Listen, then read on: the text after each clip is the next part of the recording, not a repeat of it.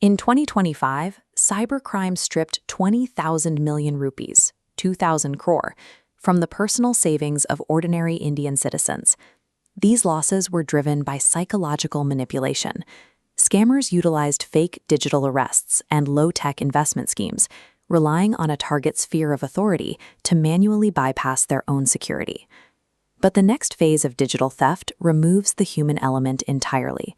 We are entering an era of entities that do not need to trick you over a phone call, do not require a keyboard, and never stop scanning for a way in. Anthropic recently developed a model called Mythos. Its hacking capabilities are so sophisticated that the company has withheld it from the public, citing a level of autonomous reasoning that makes traditional cyber defenses irrelevant. If the engineers who build this intelligence are afraid to let it run on the open web, then the firewalls protecting our banks and power grids are effectively standing in the path of a storm they cannot even track. We are seeing a shift from AI as a passive assistant to AI as an autonomous agent. Instead of waiting for a prompt, a model like Mythos can be given an objective, like find a way into this network, and it will independently hunt for and exploit vulnerabilities. This timeline illustrates the gap between human and machine perception.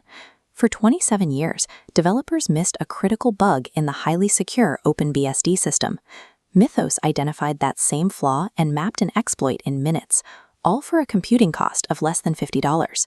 It didn't stop there. Mythos independently uncovered a 16-year-old flaw in FFmpeg, the software used by almost every device to process video, and managed to gain full control of a Linux kernel, the backbone of the world's servers, without any human intervention.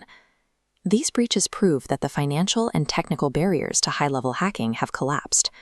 Complex, devastating attacks that once took months of human effort can now be automated for the price of a lunch. According to Bloomberg, the potential of this technology triggered an immediate mobilization in Silicon Valley.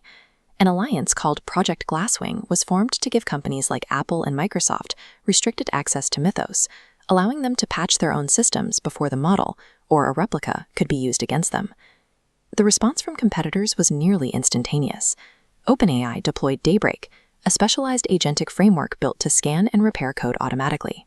Shortly after, Microsoft's M- system began outperforming Mythos on public benchmarks, scoring an 88% success rate in autonomous scanning. On the offensive side, China has developed its own counterpart called K360. This state-sponsored agent is specifically designed as a vulnerability discovery tool, and it has already identified flaws in over 1,000 different software systems. This is the new face of an advanced persistent threat. Unlike traditional hackers, these AI agents can sit undetected inside a network for months, quietly mapping a country's critical infrastructure and waiting for a moment of geopolitical tension to strike. The boundary of national defense has shifted from physical borders into the silicon. An autonomous AI model now functions as a strategic weapon capable of neutralizing a country's infrastructure from the inside. India now possesses one of the world's largest digital attack surfaces.